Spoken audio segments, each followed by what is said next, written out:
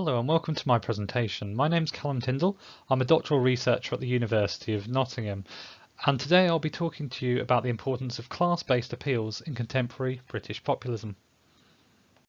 So I'll begin by outlining the theory on populism and then the theory on class, with a specific focus upon cultural class.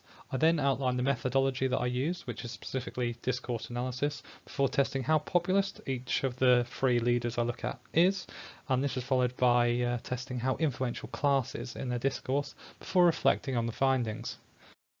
Before proceeding with this, however, it's worthwhile to reflect upon the research question this study focuses upon, which investigates the extent to which class-based signification features in British populist discourse. The expectation is that cultural class specifically will feature strongly within the discourse, as outlined followingly. Whilst there are many differing approaches to populism, this theoretical account follows an Essex School approach. The Essex School approach focuses upon populism's supply through political discourse. It considers it a tool for constructing and representing social identity.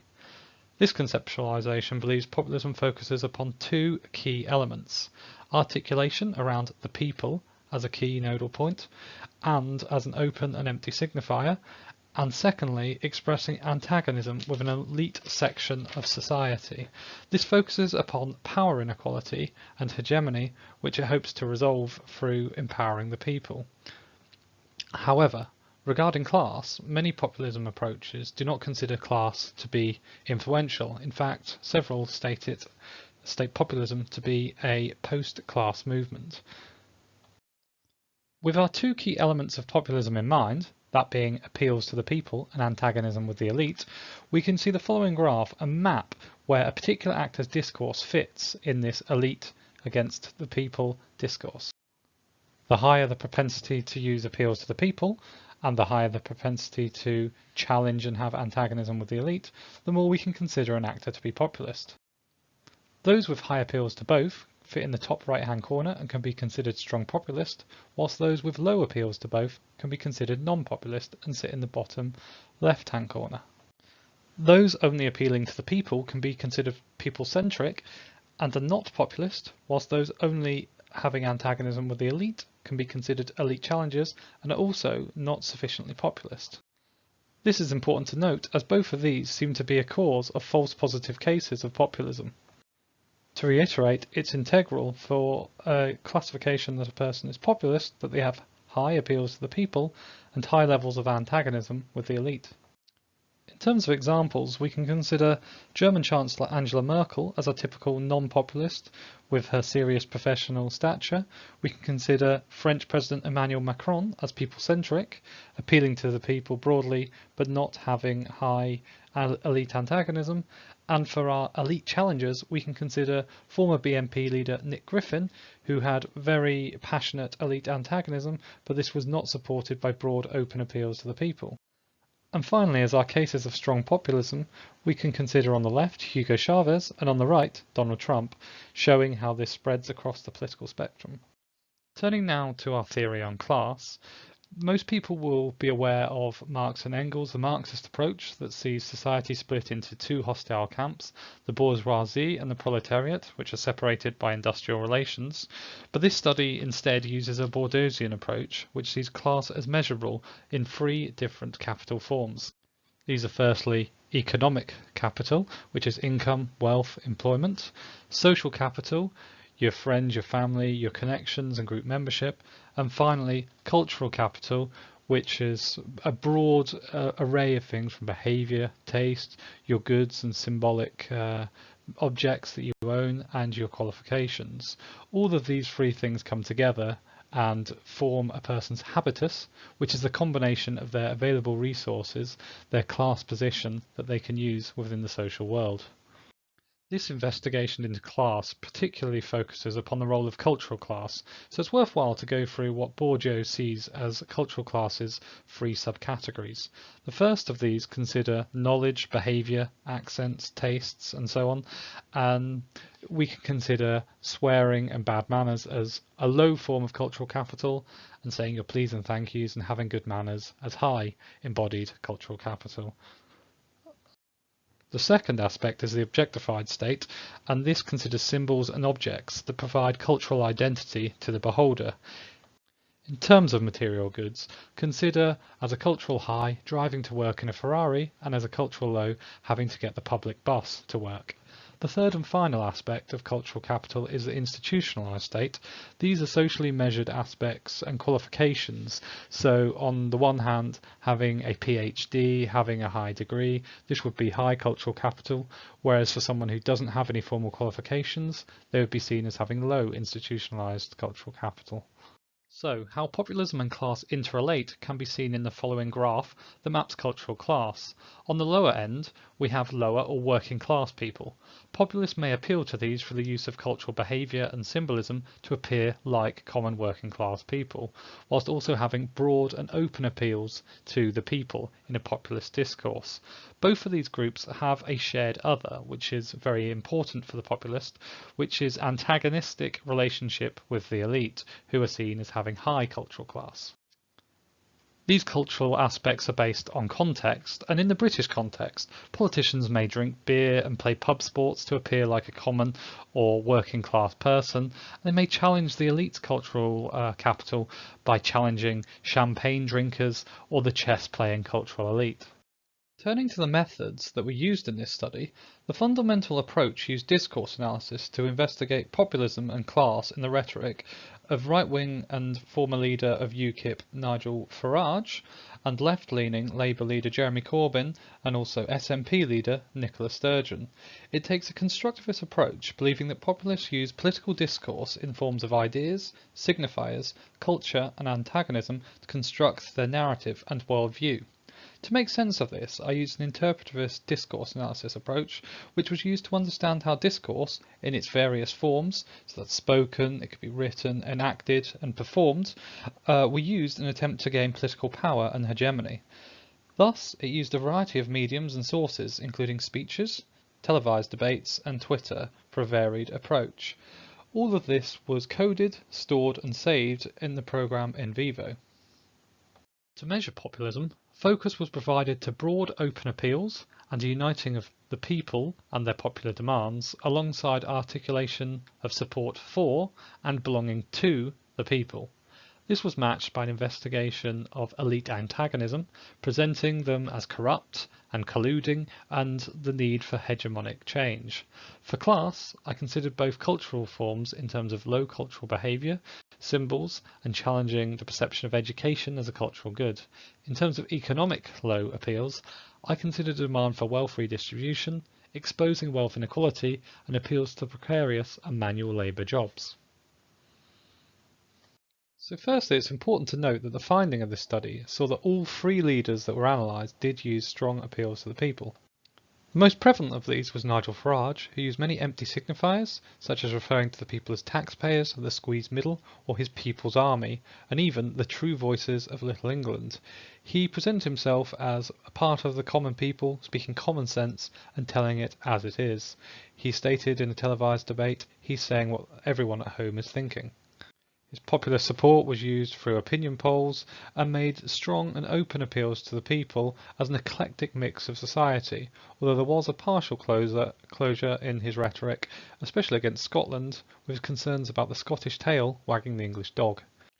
Much broader in his appeals was Jeremy Corbyn, who tried to include the breadth of society in his diverse communities and hoping to unite workplace and communities.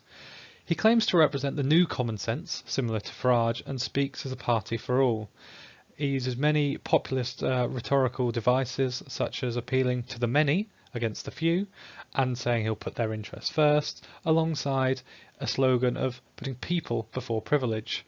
He indicates his democratic support for the referendum and support for people's decisions to allow the common people to make political decisions. Finally, Nicola Sturgeon made strong and common appeals to the people of Scotland, who she sees as a fair, prosperous, open and tolerant country. She has a desire to work better for the many and not the few, similar to Jeremy Corbyn, and seeks progressive change. She, like Nigel Farage, has common support for opinion polls to show how the public are supporting the SNP view.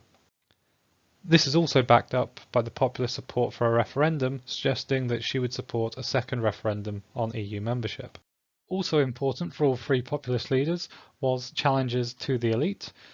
Nigel Farage saw the political class as the electorate's enemy, who he believes serve only their own interests. He also takes on businesses and the giant corporate companies, who he sees as colluding with political parties, and sees them as an oppressive corporate giant. He believes that elite are doing politics through the back door and lying to common people, showing their dishonesty, and claims that he will stand up for the little man and little woman. Similarly, Jeremy Corbyn claims that he will stand up for the left behind by the Westminster elite. He frames the people before privilege, which is the elite, as part of his populist divide, and he suggests that economic elites have had handouts that have been paid by the many, the common people, and he wants to clamp down on tax dodging by business elites. This extends also to media antagonism, when he suggests that the billionaires who own the bulk of the British press don't like us, his supporters, one bit. And he also tells his supporters that he should challenge this media elite by taking to social media.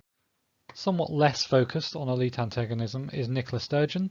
Her main opposition to the people is the Tories, who are seen as a political elite that want to veto Scottish democracy and also have promoted Brexit as an unforgivable act of Tory sabotage. As with the other leaders, she sees Westminster as a place of dishonesty, and she suggests that they have broken promises to the Scottish people. As an alternative, Sturgeon claims that she will stand up and make her voice heard. So mapping how populist each leader is, seeing how they appeal to the people and challenge the elite, we can see that Nigel Farage was the most populist, shortly followed by Corbyn, who didn't have as deep appeals to the people, and then Nicola Sturgeon, who just fits into the populist categorisation despite having restricted elite antagonism. Turning our attention now to economic class in the leader's discourse, if we look at Nigel Farage, there was little reference to economic class. Whilst he did have challenges to the corporate elite and business personnel, these were mainly in a populist framing. When he did speak of economic class, he spoke of a desire to cut taxes on working people. Much different was Jeremy Corbyn, who was much more focused, speaking to workers and unions, specifically declaring them as the voice of workplaces and communities. He challenged what he saw as a broken economic system, focusing on economic elites as the cause of this, and tried to directly articulate a relationship with the precarious, suggesting he wanted to boost the wages of the 5.7 million people earning less than a living wage in the UK. He had a clear socialist restructuring of the economy, wanting to rebuild public services and provide support for deprived communities. This view was similarly held by Nicola Sturgeon, who focused upon economic inequality as caused by the Conservative government, part of their austerity and the shameful Westminster system. She declared that her party were the ones that would truly tackle this problem, such as poverty and ending public spending cuts. She suggested that she would create more and better jobs and increase the minimum wage, similarly to Jeremy Corbyn. She also claimed to stand up for the economically disadvantaged who can't buy and need to rent, and wanted to crack down on bad landlords. Cultural class was particularly important for Nigel Farage, who tried to act, speak and behave just like the common people. He was against the typical political cultural high by being unafraid to say what he thinks, not worried about political correctness. He behaved and performed against, once again, the political norm, pulling faces, gesticulating and shouting in debates, and tried to act as a member of the traditional lower class, using signifiers such as the pub and ale, which was particularly prominent in the Thirsty for Change UKIP campaign, which really tried to tap into this low cultural class. And he also tried to seem like a common, personalistic leader seen in traditional working class towns such as Clacton. Cultural class was also important for Jeremy Corbyn, who was often seen in casual clothing with his unkempt appearance, and tried to appear as a normal common person in large groups, and signifying the low cultural traits that he has, such as a love of gardening and allotments, fitting into something of a normality for someone of his age. The relationship he had with grime artists such as Stormzy, AJ Tracey and JME also saw another way of tapping into the cultural low in a cross-race and class identitarian way. Similarly to Nigel Farage, Nicola Sturgeon tried to show that she was a straight-talking woman who was willing to stand up to the political elite and make her voice heard. She was seen as authentic on Twitter, using kisses in her responses to the public. She was often seen in working class environments like the pub, which similar to Nigel Farage once again, and tried to be a personalistic leader, often seen in her selfies and describing herself as a selfie queen. On the relationship between populism and class, we can see plotted on the following graph that the most populist, Farage, was also the one most likely to use cultural class, whereas the other two leaders, they were more likely to appeal to economic class, although cultural class was still important. Fundamentally, the more populist a leader was, the more they used cultural class in their appeals. So in conclusion, of the three leaders, Nigel Farage was the most populist, very consistent in his populist discourse, and also was very consistent in his use of cultural class to perform as one of the people. Jeremy Corbyn was also very populist, although somewhat less, and he also appealed to cultural class, although once again somewhat a little less than Nigel Farage, with economic class being a bit more important for his approach. Nicola Sturgeon was more limited in her discourse, although still somewhat populist. She was also more limited in her cultural class appeals, but these were somewhat popular on social media. More important within her rhetoric was nationalism, as the SNP, and economic class. Overall, we do see a relationship between populism and cultural class, with all leaders adopting both, and the more populist leaders adopting cultural class somewhat more. It appears that class-based appeals somewhat fill populism's emptiness and give meaning to who the people are. Thank you very much for listening. I hope you enjoyed it, and if you do have any questions, do feel free to get in touch.